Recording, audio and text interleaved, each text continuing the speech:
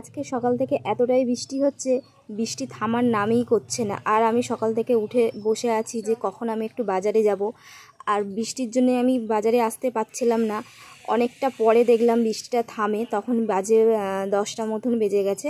তখন আমি চলে আসলাম বাজারেতে। কি করব বলো, বৃষ্টি যে থামছে না, থামার নামই করছে না।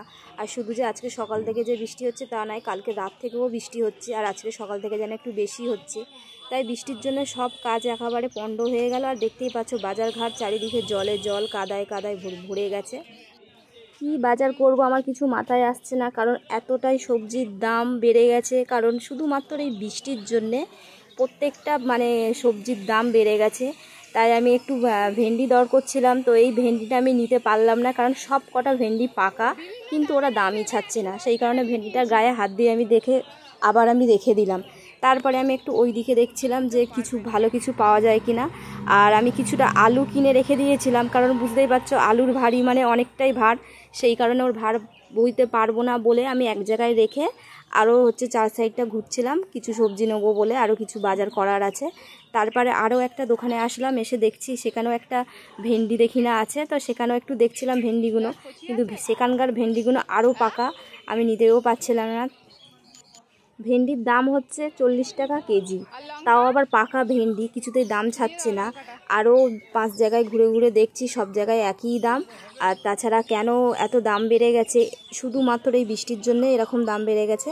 আর আলুর দাম হচ্ছে 30 টাকা, 28 টাকা, এর নিচে কোনো আলু নেই। তারপরে আমি এই দোকানে চলে আসলাম। এই দোকানে এসে আমি 250 লঙ্কা নিলাম, কারণ লঙ্কাটা আমি একটু কমে পেয়েছি, সেই কারণে আমি নিলাম।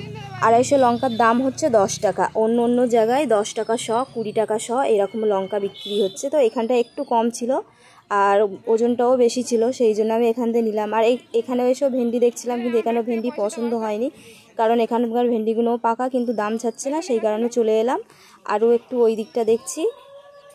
আমার লঙ্কার দাম হয়েছে 10 টাকা, তা আমি 10 টাকাটা বার করে আমি ওই দাদাকে দিয়ে দিচ্ছি। আর এই যে দেখো, এই যে বাজারের ভিতরে এই সাইডটা কি সুন্দর একটু স্ল্যাব ফেলা আছে, সিমেন্টের একটু চাতাল টাতাল করে মতন করা আছে, তো সেই কারণে এই দিকটা একটু হাঁটতে সুবিধা হচ্ছে। আর বাকি এই সাইডগুলো তো যাওয়াই যাচ্ছে না, এতটাই কাদা।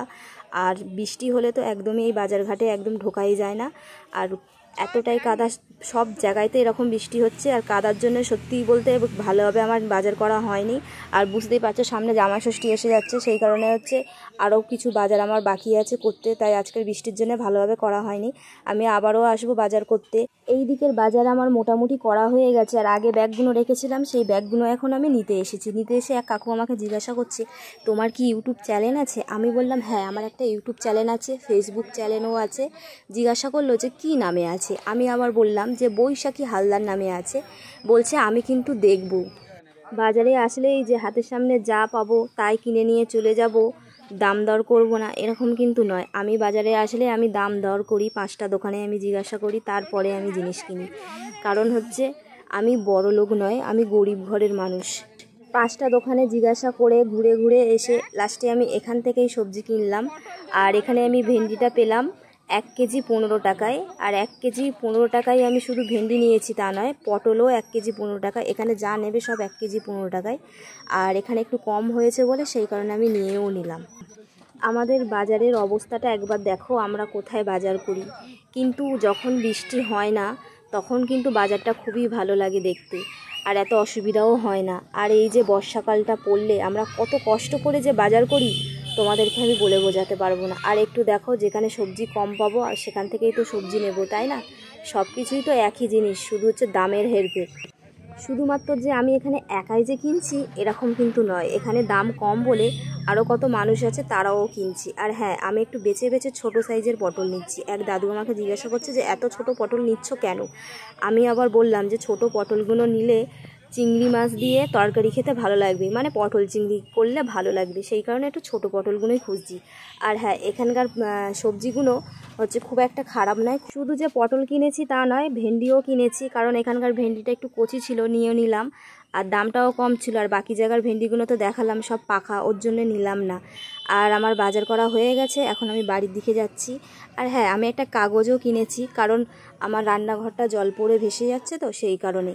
আর এই যে দেখতেই পাচ্ছ আমার দিদি সবজি কাটতে শুরু করে দিয়েছে, আর আমার রান্নাঘরটা চাপা দিতে হবে, সেই কারণে আমি দেখতে যাচ্ছি যে কোন দিকে দিলে কিভাবে দিলে ভালো হয়। আর এই আমার রান্নাঘর তোমরা ভালো করে দেখো, আগেও দেখেছো।